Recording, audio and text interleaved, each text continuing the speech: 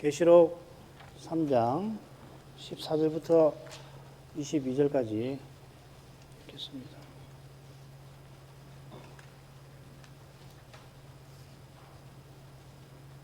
라오디게아 교회의 사자에게 편지하기를 아멘이시오 충성되고 참된 증인이시오 하나님의 창조의 근본이시니가 가라사대 내가 네 행위를 아노니 네가 차지도 아니하고 더럽지도 아니하도다.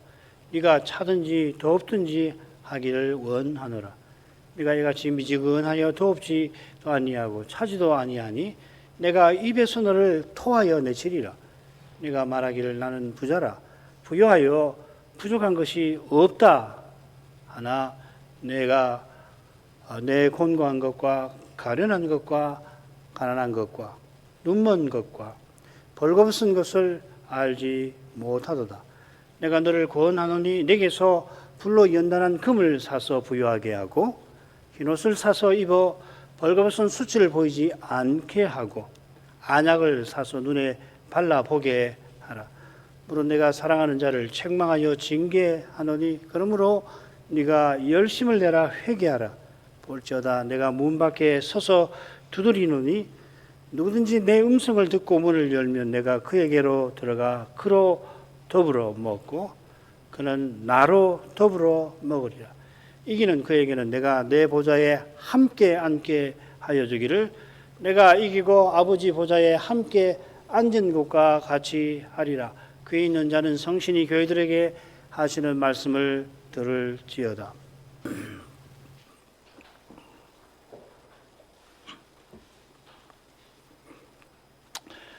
오늘 살필 라오디게아 서신은 마지막 7번째 서신입니다.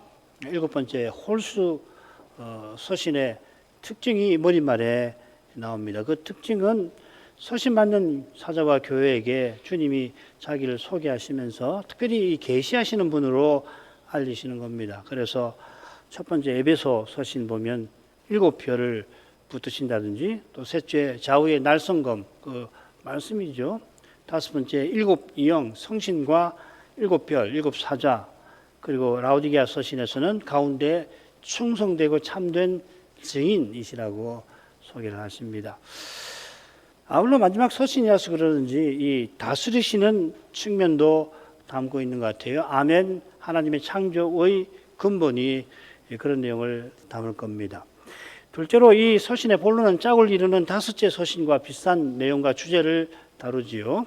4대 사자가 살았다는 이름은 있지만 실제로 죽은 자이듯이 라오디게아 사자도 내가 부자라 자랑하지만 실상은 지독한 가난한 자라서 주님께 책망을 받게 됩니다. 이 4대 사자처럼 라오디게아 사자도 칭찬은 받지 못하지요. 마지막으로 두 서신의 본론에는 이 흰옷이 공통적으로 나옵니다. 아울러 여섯째 서신처럼 여기도 문이 나오는데 여섯째와는 좀 다르지요. 셋째로 이 서신의 맺은 말은 머릿말과 마찬가지로 주님의 다스리심과 관련된 복이 약속되어 있습니다. 주님과 함께 보좌에 함께 앉는 그것이 되겠습니다. 그러면은 머릿말로 가죠. 라오디게아 교회의 사자에게 편지하기를 아멘이시오 충성되고 참된 증인이시오 하나님의 창조의 근본이시가 가라사대. 라오디게아 교회는 에베소 교회와 함께 신약 성경에 언급되어 있습니다. 특별히 골로새서에 4번 나옵니다. 이 라오디게아 교회는 골로새 교회의 목회자였던 에바브로디도가 히에라폴리스 교회와 함께 목회했던 곳으로 보입니다. 골로새서 2장 1절에 보면 너희와 라오디게아에 있는 자들을 위하여 내가 어떻게 힘쓰는 것을 모르지 않기를 알게 하려 한다. 그렇게 그래서 둘을 묶어 놨습니다. 주님께서 자기를 세 칭호로서 소개하시는데 첫째가 아멘이요, 둘째가 충성되고 참된 증인이고 셋째가 하나님의 창조의 근본 이 셋인데 먼저 이 아멘 칭호는 이사야 65장 16절에서 온 것 같아요. 대부분의 제가 읽은 이 주석가들은 일관되게 이걸 주장하는데 그런 것 같아요. 읽어보겠습니다. 이러므로 땅에서 자기를 위하여 복을 구하는 자는 진리의 하나님, 아멘의 하나님, 혹은 아멘이신 하나님을 향하여 복을 구할 것이요 땅에서 맹세하는 자는 진리의 하나님 아멘의 하나님으로 맹세하리니 이는 이전 환난이 잊어졌고 내 눈앞에 숨겨졌음이니라. 이 아멘의 하나님은 이전 환난이 잊어진 새로운 현실에서 복을 주시며 예배 받으시는 분, 이 맹세한다는 게 예배를 가리키는 거 아닙니까? 그런 분이십니다. 아멘이신 하나님께서 이전 환난을 잊게 하셨는데 17절을 보시면은 보라 내가 새하늘과 새 땅을 창조하리라 약속하십니다. 이런 말씀은 하나님의 모든 약속이 그리스도 안에서 아멘이 되는 것을 가리킬 겁니다. 여호와께서 여호와의 종으로 오셔서 약속하신 모든 것을 이루신다는 말씀이 고린도서 1장 20절이죠. 이것이 아멘 칭호에 담긴 뜻이기도 합니다. 이 칭호는 영광의 주님께서 요한에게 1장 17절을 보면 나는 처음과 나중이라 하신 그 말씀에서 나중 칭호와 비슷할 겁니다. 자, 이것과 짝을 이루는 처음과 나중이라고 하셨는데 이 처음 칭호가 하나님의 창조의 근본과 관련되어 있습니다. 이 근본 헬라말로 알케라고 하는 말인데 이게 계시록 맺은 말에서 주님이 자기를 소개하시는 거기 칭호에 이렇게 나옵니다. 나는 알파와 오메가요. 처음과 나중이요. 이건 1장 17절에 나온 그 칭호죠. 그리고 시작과 끝이라. 이 시작이라는 말이 근본과 같은 말입니다. 나는 알파 또 처음이라 하신 것은 창조주심을 특별히 가리키지요. 하나님이 삼위일체이시라 아버지께서 아들로 말미암아 성신 안에서 무릇 모든 것을 태초에 지으셨습니다. 아버지께서 아들로 말미암아 창조하셨으니 이 아들은 하나님의 창조의 근본이라 불리실 만합니다. 요한 복음 1장 처음에도 나오는데 아버지께서 아들로 말미암아 창조하셨으니 아들은 하나님의 창조의 근본이시라. 그런데 잠언 8장을 보시면 하나님이 만물을 짓기 전에 지혜를 창조하셨고 이 지혜가 하나님께서 창조하실 때 함께 하신다는 그 말씀에 이 시작이라는 말이 나와요. 잠언 8장 22절 여호와께서 그 조화의 시작 곧 태초에 일하시기 전에 나를 가지셨으며 이 시작이라는 말이 이렇게 나오죠. 그죠? 부활하신 주님께서 성부와 동등하신 하나님으로서 창조의 근본이 되셨고 타락 이후에 모든 약속에 아멘이 되십니다. 이는 하나님께서 태초에 인생을 하나님의 형상대로 지으시고 타락 후에 하나님의 그 형상이신 그리스도 안에서 죄인을 구원하신 사실을 뜻합니다. 태초에 인생이 선하게 지음받은 그 뜻이 성자께서 성부를 가까이하고 섬기시는 거기에 있는 것처럼 그렇게 하나님을 향하는 데 있었는데 아담이 범죄하여 모든 인생이 하나님을 떠나고 등지게 되었을 때 이 성자 하나님이 마지막 아담으로 오셔서 십자가 부활로 이 창조의 목적을 이루셨고 또 이루고 계십니다. 계시록 마지막 그 맺은 말에 3번이나 내가 속히 오리라 하셨는데 그게 내가 이 뜻을 속히 이루고 있다 하는 뜻이기도 하겠죠. 주께서 어떻게 그리 하시는가, 어떤 식으로 그 뜻을 이루고 계시는가를 가운데 성어에서 헤아려 보십시다. 하나님이신 예수께서 충성되고 참된 증인이십니다. 이미 서신의 인사말에서 성자께서 충성된 증인이라고 요한이 소개를 했죠. 1장 5절. 충성된 증인이신 주님이 십자가를 지셨다는 것을 거기 밝혀놨습니다. 그처럼 버가모 서신을 보면은 죽임당한 안디바를 내 충성된 증인이라 부르셨습니다. 요한계시록 11장에 보면 두 증인, 지금 이 계시록에서 증인이라는 말이 나오는 것을 제가 다 설명을 해드리는 겁니다. 지금 이 증인이라는 건 요한계시록에 나오는 증인들을 다 제가 일일이 지금 들어서 그 뜻이 뭔가를 설명해 드리는 겁니다. 11장에 두 증인이 충성되지요. 그런데 순교를 당합니다. 두 증인이 세상에서 증거하는 교회를 가리키는데 어떤 두 사람이 아니라 멸망당할 음녀 바벨론은 예수의 증인의 피에 취한다 라고도 표현했습니다. 주님께서 자기를 충성된 증인이라 하신 것은 무엇보다 십자가 지시기까지 아버지와 그 뜻을 전하신 것을 가리킬 겁니다. 죽기까지 그리하신 분이니 그분은 참된 증인이신 겁니다. 이 참되다라고 하는 말 헬라말 아라세이노스라는 말인데 빌라델비아 서신에 주님이 자기를 진실한 분이라고 소개할 때 그런 말입니다. 참된 증인이신 주님이 지금도 예배에서 아버지를 전하시는 그 일로 아버지의 약속, 창조의 목적을 이루고 계신다는 겁니다. 자, 이런 내용에 비추어서 주님께서 심판하러 장차 오실 때에 충신과 진실이라는 이름으로 임하실 것입니다. 19장 11절인데 백마와 그 탄자가 있으니 그 이름은 심판하신 그리스도 이름이 충신과 진실이라. 이게 여기서 충성되고 참된 증인할 때 똑같은 말입니다. 피스티스, 알레테이노스. 주님께서 십자가를 지시고 부활하셔서 하나님의 말씀을 이루셨고 또 이루고 계시는 까닭에 장차 그 말씀을 다 이루려고 심판하실 겁니다. 그래서 심판하실 때 입에 검으로 하시는 거잖아요. 말씀으로 심판하시는 거잖아요. 심판하시는 주님은 전에 십자가 지신 때나 교회와 신자를 통해서 죄와 사망의 권세를 물리치고 계시는 지금처럼 충성되고 진실한 분으로 그 영광을 드러내실 것입니다. 본론으로 가죠. 주님께서 내가 네 행위를 아노라 하시고서 라오디게아 사자에게 필요한 말씀을 교회에 베푸십니다. 그 내용을 셋으로 나눌 수가 있습니다. 15절부터 17절 주님의 책망, 다 책망인데요. 책망이 일관되는데 특별히 15절부터 17절에 책망이 구체적으로 드러나 있습니다. 책망 가운데 경고, 책망. 그리고 18, 19절에는 권면이 있고요. 그 다음 20절에는 약속이 있습니다. 자, 먼저 책망으로 가지요. 주님께서 이 서신에서도 내가 네 행위를 안다 하시는데 다섯째, 여섯째 서신처럼 안다 하시고 그 아시는 행위가 어떤 건지를 이어 설명을 하십니다. 이 사자의 행위는 차지도 아니하고 더럽지도 아니한 겁니다. 그리고 주님이 그 행위를 책망하시며 경고하십니다. 내가 내 입에서 너를 토하여 내치리라. 그런 다음에 다시금 이 사자의 심각한 현실, 착각인데 핵심이 그걸 책망을 하십니다. 이 사자가 나는 부자라 자랑하지만 실은 매우 가난하죠. 그래서 이 15절부터 17절을 15절, 16절, 17절 이렇게 셋으로 나눌 수 있고 15절과 17절이 사실 내용이 서로 상보적입니다. 그래서 주님이 15절에서 뭘 책망하시는가 하는 것을 알려면은 왜 책망하시는가를 알려면 17절을 참조해야 한다는 말씀입니다. 자, 그러면 15절로 바로 넘어가죠.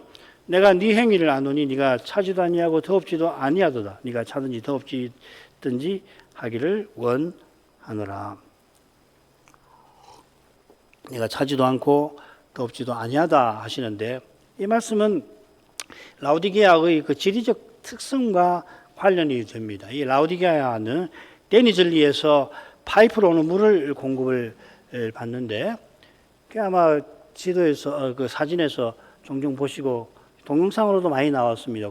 이 로마 시대에 수로가 어떻게 되어 있는가 높은 그 돌 건물을 쌓아가지고서 이 수로가 만들어서 지금도 유적이 남아 있는 것을 확인할 수 있는데 그 연결관이 아주 길어가지고서 물이 도시로 오는 도중에 햇빛에 자꾸 노출이 되니까 너무 미지근해진 나머지 그 물을 먹는 사람이 구토가 날 정도였다 하는 기록이 있습니다. 반면에 라오디게아와 삼각형을 이루는 골로새 지역에는 시원하고 깨끗한 물이 늘 솟아났고요. 그 다음에 히에라폴리스에서는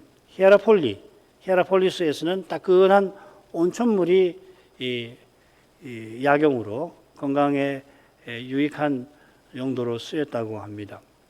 이 골로새의 시원한 그 깨끗한 물이나 히에라폴리의 따끈한 온천물은 사람의 건강과 생활에 각각 유익하겠습니다만은 라오디게아에서 공급받는 물은 그렇지를 못했던 겁니다. 주님께서 차든지 더럽든지 하기를 원하노라 하시고 계속해서 미지근한 물로 있으면은 내가 입에서 토하여 내치리라 하셨는데 이 라오디게아 사자가 주님께 기쁨을 드리지를 못하고 주님의 일에 유익되지 못했다 말씀하시는 거였죠. 자, 이런 내용에 비추어서 주님이 미지근한 걸 책망하실 때 흔히 어떻게 해석을 하느냐면은 아마 많이 들어보셨을 겁니다. 열심으로 뜨겁게 주님을 섬기지 아니하고 형제를 뜨겁게 사랑하지 아니한 것을 주님이 지적한 거다. 이런 해석을 들으셨을 텐데 그건 조금 무리가 있는 것 같아요. 물론 열심을 내라는 말씀은 나오지만은 그런 뜻은 아니거든요. 뜨겁든지 차든지 하라 하신 것을 보면은 마시는 주님의 마음을 시원하시게 하거나 주님의 용도에 적합한 행위를 가리키시는 것 같습니다만, 근데 내가 내 입에서 토하여 내치리라 하신 걸 보면 지금 주님께서 목욕하시는 물이 아니라 드시는 물을 가리키시는 거 아니겠어요? 주님께서 사도를 파송하시는 말씀에서 선자에게 냉수 한 그릇을 건네는 자는 선자의 상을 받을 거라 하셨습니다. 힘써서 힘을 다해서 구약의 선자들이 보면 외친다, 부르짖는다, 그런 말. 요한도 부르짖었다 그러지 않습니까? 그 크라존이라는 말이 굉장히 강한 말입니다. 힘을 다해서 외치는 거예요. 안 그러면 이스라엘이 망하니까. 도끼가 나무 뿌리에 놓였는데 그걸 모르고 있단 말이에요. 그런데 바리새인들은 자기들을 잘 믿는다고 그러고 율법을 강조하지만 실제는 독사의 자식처럼 되었잖아요. 그러니까 선자가 외칠 수밖에 없고 우리 주님도 외치잖아요. 그 크라존이란 말이 새가 짹 하고서 소리 낼 때 쓰는 말이거든요. 그런데 그런 선자에게 시원한 냉수만큼 유익한 게 없지 않겠습니까? 아울러 주님의 입이라는 표현이 셋째 서신에 나오는데 입의 검, 왜 입이라고 하셨을까? 미지근한 상태를 지적하실 때 주님의 가르치시고 증거하시는 사역에 쓰임받지 못하는 상태를 가리키는 것도 같습니다. 저는 이렇게 해석을 하고 싶어요. 그냥 뜨겁지 못하거나 냉랭하거나 그렇게 해석은 뭐 틀린 것은 아닌데 적합해 보이지 않아요. 지난 시간 빌라델비아 사자가 주님께서 네가 적은 능력을 가지고 있다, 간직하고 있다 하시며 칭찬하셨죠. 그가 적은 능력을 주님께 받았지만 능력 주신 주님을 전심으로 의지한 까닭에 위협하며 예수 이름을 부인하라고 하는 핍박을 이겨냈습니다. 사람이 봐서는 그의 처지나 활동이 별로 볼만한 것이 없었지만 그가 주님의 인내의 말씀을 지킨 그걸 주님은 귀히 보였습니다. 이 빌라델비아 사자와 교회를 기뻐하셨습니다. 그처럼 이 교회와 사자를 자기의 몸과 지체로서 주님의 일에 써주셨겠죠. 바울이 내게 사는 것이 그리스도 신이 죽는 것도 유익이라 한 것처럼 주님이 우리에게 유익이 되시는 법이지 우리 스스로는 주님께 물론 무슨 유익을 드릴 수가 없어요. 주님께서 이런 우리에게 소명을 주시고 무익하고 자격 없고 무능한 우리에게 소명을 주시고 소명만 주시는 게 아니라 이룰 능력과 은사를 베푸시고 주신 능력으로 이 소명과 은사를 이룰 기회도 허락해 주실 뿐 아니라 친히 성신과 말씀으로 이루도록 하시는 겁니다. 이게 너희 안에서 행하시는 일은 하나님이시라 하는 말씀에 담긴 뜻입니다. 이 행한다 에네르게오라는 말, 에네르게오 여기 에너지라는 말이 나오지 않습니까? 이 표현은 행한다는 뜻도 있지만 어원적으로는 에너지를 공급한다는 뜻이 있어요. 이 힘은 하나님의 뜻을 이루는 것일 뿐 아니라 심지어 하나님의 뜻을 행할 소원도 품게 하시는 거죠. 그게 빌립보서 2장 13절 하반절입니다. 자기의 깊으신 뜻을 위하여 너희로 소원을 두고 행하게 하시나니. 이 소원을 둔다고 번역했지만 원하기도 하시고 행하기도 하신다 이 말입니다. 바울이 7장에서 나는 공관자라고 탄식한 그 이유와 붙어 있는 말씀 아니에요. 이 탄식은 주의 뜻을 이루고자 하는 원함은 있지만 행함이 없기 때문에 사도가 이렇게 탄식한 겁니다. 하나님이 자기 안에서 행하셔서 하나님 뜻 행할 소원을 품게 되었지만 그만 죄에게 포로와 같은 상태가 되어서 그 뜻을 원하는 뜻을 행하지 못하고 도리어 원치 아니한 것을 행했다는 거 아닙니까? 그렇게 위대한 사도도 이런 근원적 연약함이 있는 겁니다. 이 연약함을 철저히 깨닫고서 그는 이런 내게 원함이 있게 하시는 은혜, 하나님이 은혜 베푸신 사실을 더욱 의지한 거죠. 그래서 7장 24절에서 오라 나는 공관자로다 이 사망의 몸에서 누가 나를 건져내랴 하고 바로 25절에 우리 주 예수 그리스도로 말미암아 하나님께 감사리로다 하는 겁니다. 종이 한 장 차이죠, 그죠? 예. 믿느냐, 믿지 않느냐, 주의 은혜를 의지하느냐, 하지 않느냐, 종이 한 장 차이. 자칫하면 그냥 사도처럼 통탄할 상태에 그냥 떨어지는 거예요. 철저하게 주님을 의지하고 자기를 부인하고 주님을 의지하지 않으면 누구라도, 사도도 그런데 우리는 뭐 말할 것이 없지요. 바꿔서 그렇게 통탄할 만한 처지에 있지만은 나를 보는 것이 아니라 내게 은혜 주신 그 하나님께로 향하면, 그리스도께로 향하면 그분이 넉넉히 해답이 되시는 거예요. 물론 뭐 당장 바로 다 잡아지는 건 아니겠죠. 그래서 사도가 그리스도로 말미암아 자기의 원함도 있었는데 행함도 다르지 않은 거지요. 오직 그리스도로 말미암아 하나님 뜻에 쓰임 받는 겁니다. 그래서 사도가 내가 날마다 죽노라 한 겁니다. 날마다 죽는 거, 자기를 부인하는 거, 그게 있어야 그리스도가 내 안에 사시는 실질을 드러내 주시는 일이 가능한 거 아닙니까? 이런 방식으로 바울이 주님과 교회에 누구보다 유익을 끼치게 하신 겁니다. 소명과 은사와 기회를 따라서 어떤 이는 바울처럼 쓰임받고 어떤 이는 빌라델비아 사도처럼 쓰임을 받습니다마는 중요한 것은 주님이 그를 인정하시고 기뻐하시는 사실입니다. 장차 착하고 충성된 종아, 이 칭찬받는 것이 우리에게 제일 중요한 거 아니에요? 주님의 사랑을 깨달으면은 장차 하나님 나라를 상속해야지, 내가 천사도 다스려야지, 물론 얼마나 신나고 얼마나 소망스럽고 바랄 만한 일입니까? 그런데 주님의 사랑을 참으로 깨닫는 자는 이 칭찬을 무엇보다 듣기를 원하는 거 아니에요? 뭐 영도하죠. 참된 기쁨, 영원히 새로운 기쁨, 이런 기쁨을 여기서 누리지 못하면 자꾸 다른 걸 구한단 말이에요. 그리스도를 말하고 그리스도를 믿음을 말하고 주의 뜻을 이루고 다 말하지만은 정작 그리스도 그분을 바라는 게 아니고, 그렇게 하면서도 결국 자기가 뭘 이루려고 하는 거, 내가 이루었다라고 하는 거, 그 만족, 그리고 그로 말미암아 사람에게서 받는 이 인정, 명예, 그리고 내가 뭔가 할 수 있다라고 하는 그 능력에 대한 갈구. 그래서 순간적으로 떨어지는 거예요. 은혜로 그런 일을 했다 하더라도 은혜 주셔서 이런 일을 했으니 더 겸손해서 내가 뭔데 이런 일을 하게 하셨나 하고서 더 주님의 은혜를 더 구하고 더 겸손하지 않으면 그렇게 하는 거예요. 내가 뭘 했다 그렇게 되는 거죠. 내가 뭘 안다 그러고 내가 뭘 이뤘다 그렇게 생각하거든요. 그러면 뭐 별 수 없죠. 비참한 길로 이미 접어든 거 아니에요. 이런 가르침이 어느 시대든지 놓치기, 주목받지 못하고 그렇게 되기 쉬운데 이 시대가 그렇습니다. 이 시대가 이런 가르침, 특별히 이 가르침을 받아 살아가기가 참 어려워요.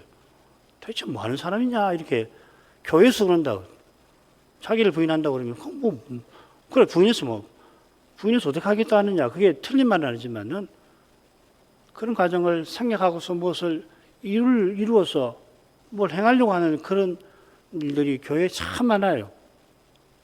그러나 항상 자기를 부인하는 거기서 항상 출발을 해야 합니다. 힘들죠. 괴롭죠. 회개가 그런 거 아니에요. 루터가 95개 전 맨 처음에 신자는 평생 회개하는 존재다. 그래서 이 루터가 그렇게 그 시대에 주님의 손에 그 위대하게 쓰임을 받은 거 아니에요. 평생 회개하겠다는 사람이, 날마다 회개하는 사람이 그렇게 쓰임을 받는 거라고. 바울도 마찬가지 아니에요. 날마다 죽었기 때문에 그가 그렇게 쓰임을 받고 귀하게 쓰임 받는 거라고. 그거 생략하고 내가 주의 뜻을 이루어보겠다고 그러면은 절대로 안 쓰십니다. 쓸 수가 없어요, 주님께서. 그렇게 해서 자기 영광이나 드러내고. 그렇게 뻔한데 지금 이 라오디게아 사자의 문제가 그것과 관계가 되어 있다는 이야기. 주님께서 원하노라 하시면서 얼마나 애석하게 여기시는지를 표시합니다. 이 원하노라는 단어가 몇 군데 나와요. 바울 서신에 3번인가 나오는데 그거 다 찾아보시면은 결론만 말씀드릴게요. 뭐 이야기를 많이 썼는데 정말 바라지만 성신의 은혜가 아니시면 불가능한 것을 표현할 때 내가 원하노라. 바울이 그렇게 씁니다. 정말 이것이 꼭 고쳐지면 좋겠는데, 특별히 고린도 교회 같은 경우에서 이게 고쳐져야 되겠는데, 그렇게 바라는데 성신께서 하시지 않으면 안 되겠구나. 그런 뜻으로 이 원한노라는 표현을 씁니다. 넘어가십시다. 16절로 가지요. 네가 이같이 미지근하여 덥지도 아니하고 차지도 아니하니 내 입에서 너를 토하여 내치리라. 미지근하다 하십니다. 온천물처럼 따뜻하지도 않고 냉수처럼 시원하지 않은 상태겠죠. 이 상태가 믿음의 길에서 어떤 것인가? 어떻게 해서 그런 상태에 떨어진 것인가? 우리가 17절에서 오늘 또 보고 오후에도 좀 더 볼 수가 있을 겁니다. 이 상태에서 벗어나지 않으면 내 입에서 너를 토하여 내치리라 하셨습니다. 이 경고는 20절 약속과도 붙어 있는 것 같고 가운데 나오는 권면과도 관련되어 있습니다. 내 입에서 너를 토하여 내친다 하는 것은 주님이 도무지 기쁘게 받아 쓰실 만한 상태가 아니라 하는 말이죠.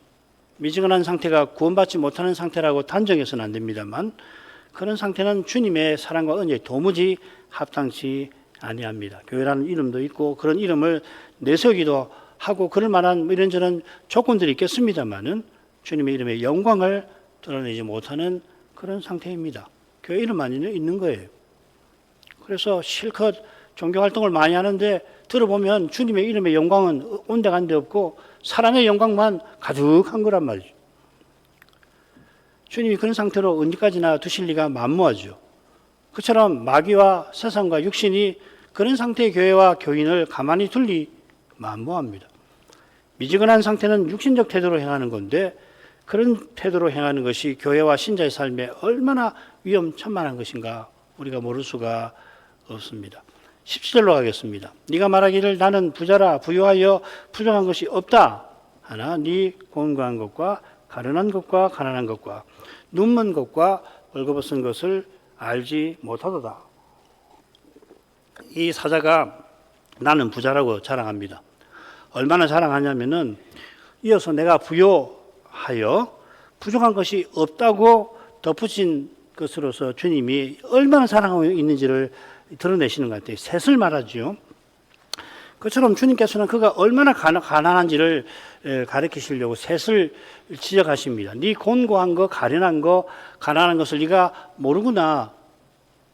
그처럼 가난한 상태일 뿐만 아니라 네가 눈이 멀고 벌거벗은 상태라고 덧붙이는 것 같습니다. 굉장히 이 짧은 말씀인데도 주님께서 강렬하게 이 교회의 사자와 교회의 문제가 뭔지를 잘 드러내고 계십니다. 그가 나는 부자라 하여 부족한 것이 없다 장담합니다만 먹는 것과 더불어 사람 살아가는데 가장 필요한 거 성경에서 두 가지죠. 먹는 거, 그다음 입는 거 아니에요. 그게 옷이 없습니다. 이 쓰인 이 부족한 것이라고 하는 크레야라는 말인데 영어로는 need라고 번역할 수 있습니다. 이 need라는 말이 두 가지 뜻이잖아요. 필요한 거, 부족한 거. 가난한 데다가 옷도 없고 더구나 눈먼 상태예요. 복음서에 눈먼 사람의 상태를 떠올려 보십시오. 누가 봐도 라오디게아 사자와 교인은 가난하고 가련하고 곤고한 처지에 놓여 있습니다마는 놀랍게도 나는 부자라 자랑합니다. 주의 앞에 이보다 어리석은 자랑이 없겠지요. 라오디게아의 물이 역겨울 만큼 미지근하다고 했는데 이런 어리석은 자랑만큼 주님이 미워하시는 것도 별로 없을 겁니다. 라오디게아 사자가 자랑하는 부요가 무엇인지는 주님께서 지독한 그 가난한 그에게 내게서 불로 연단한 금을 사라고 권하신 데에서 미루어 짐작할 만합니다. 주님이 사라고 하신 금이 무엇인가? 이어 흰옷도 내게서 사라고 하신 것과 더불어 좀 더 오후에 살피겠습니다만 무엇보다 그 사라고 하신 것 그것이 다 주님의 은혜에 속한다는 건 우리가 분명히 압니다. 오해 보죠. 그거는 그처럼 부자라고 자랑하는 그가 실제로 어떤 상태에 있는지는 앞서 인용한 로마서 7장 24절에도 나오는 그 곤고한 상태를 통해서 짐작할 수가 있겠습니다. 이 곤고하다는 말이 신약 성경에 이 두 군데만 나옵니다. 바울 사도가 오라 나는 곤고한 자라 이 사망의 몸에서 누가 나를 건져내라 탄식을 했지요. 사도가 이 곤고한 상태를 사망의 몸에 갇힌 데 빗대고 있습니다. 사망의 몸은 죄의 몸과 붙어 있고 이 타락한 사람을 죄의 몸, 사망의 몸 이렇게 표현하는 겁니다. 죄로 죽을 몸과도 같습니다. 죄의 몸이라고 하는 것은 인생이 죄에게 종로로 사는 그런 삶을 가리키고, 죄로 죽을 몸은 죄가 지배하여 죽음을 내놓는 그런 삶을 가리키는 겁니다. 에베소서 2장 1절부터 3절의 삶이겠죠. 사도가 그리스도를 믿어서 죄의 종살이에서 벗어났습니다마는 그만 죄에게 포로 상태에 떨어진 것처럼 그리스도의 새 생명을 사도니까 누구보다 드러내야 할 그런 자신이 죄와 허물로 죽은 것 같은 상태에 갇혔다는 겁니다. 주의 법을 즐거워하는 원함은 자기에게 있지만 그 법을 행함은 없고 도리어 포로처럼 원치 아니하는 것을 하는 데서 사도가 죽음의 고통을 맛보는 겁니다. 이런 상태를 가리켜서 바울은 곤고한 것이라 불렀습니다. 바울은 깊은 고통 가운데서 자기의 연약한 처지를 주의 앞에 시인하고서 그리스도로 말미암아 주의 법을 즐거워하게 하신, 이 원하게 하신 은혜를 더욱 바라보았습니다. 주의 법을 즐거이 행할 소원을 주신 주님께서 힘있게 그 법을 받을 힘도 주실 것을 바라본 거죠. 이건 날마다 자기를 부인하라는 말씀과 붙어 있는 겁니다. 날마다 스스로 무엇을 이루려 하는 이 육신적 태도를 철저히 부인하는 이는 바울처럼 자기의 연약함을 깨닫고 거룩한 슬픔에 잠기는 겁니다. 이 거룩한 슬픔 말이에요. 날마다 이런 슬픔이 자기도 모르게 마음에 잦아드는 거예요. 하나님 말씀을 쫓아서 눈앞의 현실을 보게 되면 이런 슬픔이 잦아드는 거죠. 젖어드는 거죠. 주의 은혜로 무엇을 행했다 하더라도 그 사실에 자부심을 가질 수가 없어요. 자기도 모르게 인간이니까 우리 안에 있는 부패한 본성에서 자기도 모르게 이 허망한 자부심이 일어날 때에 그는 주의 앞에 실로 숭고한 태도를 취하며 겸손히 회개하는 겁니다. 날마다 이런 태도를 견지하지 않으면은 누구든지 허망한 자랑에 추락하고 맙니다. 지금 이 라오디게아 사제가 그런 허망한 자락에 추락한 것 같습니다. 그런 상태에 있는 줄을 그가 깨닫지를 못하고 여전히 자기를 한껏 자랑하고 있었던 것입니다. 주님이 이런 인생을 여전히 사랑하셔서 징계하십니다. 주의 말씀에서 이런 사실에 관하여 들을 때 나는 상관없다 말고 또 겸손한 태도를 우리가 취해야 할 것입니다. 겸손, 또 겸손, 언제나 겸손. 이것이 기독교 교리의 핵심이라고 우리가 존경하는 위대한 교부가 말하지 않았습니까? 이런 심정을 품기를 늘 구해야 하고 우리 시대가 이런 심정과 태도가 너무도 절실한 시대입니다. 이걸 꼭 기억하시길 바랍니다. 기도하겠습니다. 거룩하신 아버지, 라오디게아 사자가 나는 부자라 부유하여 부족한 것이 없다고 자랑하는 그걸 예수님께서 음히 책망하시는 그 말씀에서 이 시대에 저희가 꼭 배워야 할 교훈을 얻기를 구합니다. 우리 주님이 아멘이시고 하나님의 창조의 근원이신 분인데도 충성되고 참된 증인으로 살아가시면서 지상에서 얼마나 성신을 전심으로 의지하셨을 뿐 아니라 이제 부활하셔서 하늘에 계실 때에도 예수께서 아버지의 약속을 간절히 기다리고 계시는 것을 저희는 명심하게 하옵소서. 이 교회와 사자가 처한 참으로 심각한 형편은 얼마나 가난한지를 전혀 모르고 오히려 교만하게 자랑하는 거기에 있는 이것을 놓치지 말게 하시고 어떠한 이러한 형편에 누구든지 어떤 교회든지 떨어지기 쉬운 것을 저희가 명심할 뿐 아니라 어떠한 교회와 교인이 이런 위험에 떨어지기 쉬운가 하는 것을 주의 말씀에서 늘 배워나가게 해 주옵소서. 예수님께서 날마다 자기를 부인하고 자기 십자가를 나를 지고 나를 따르라.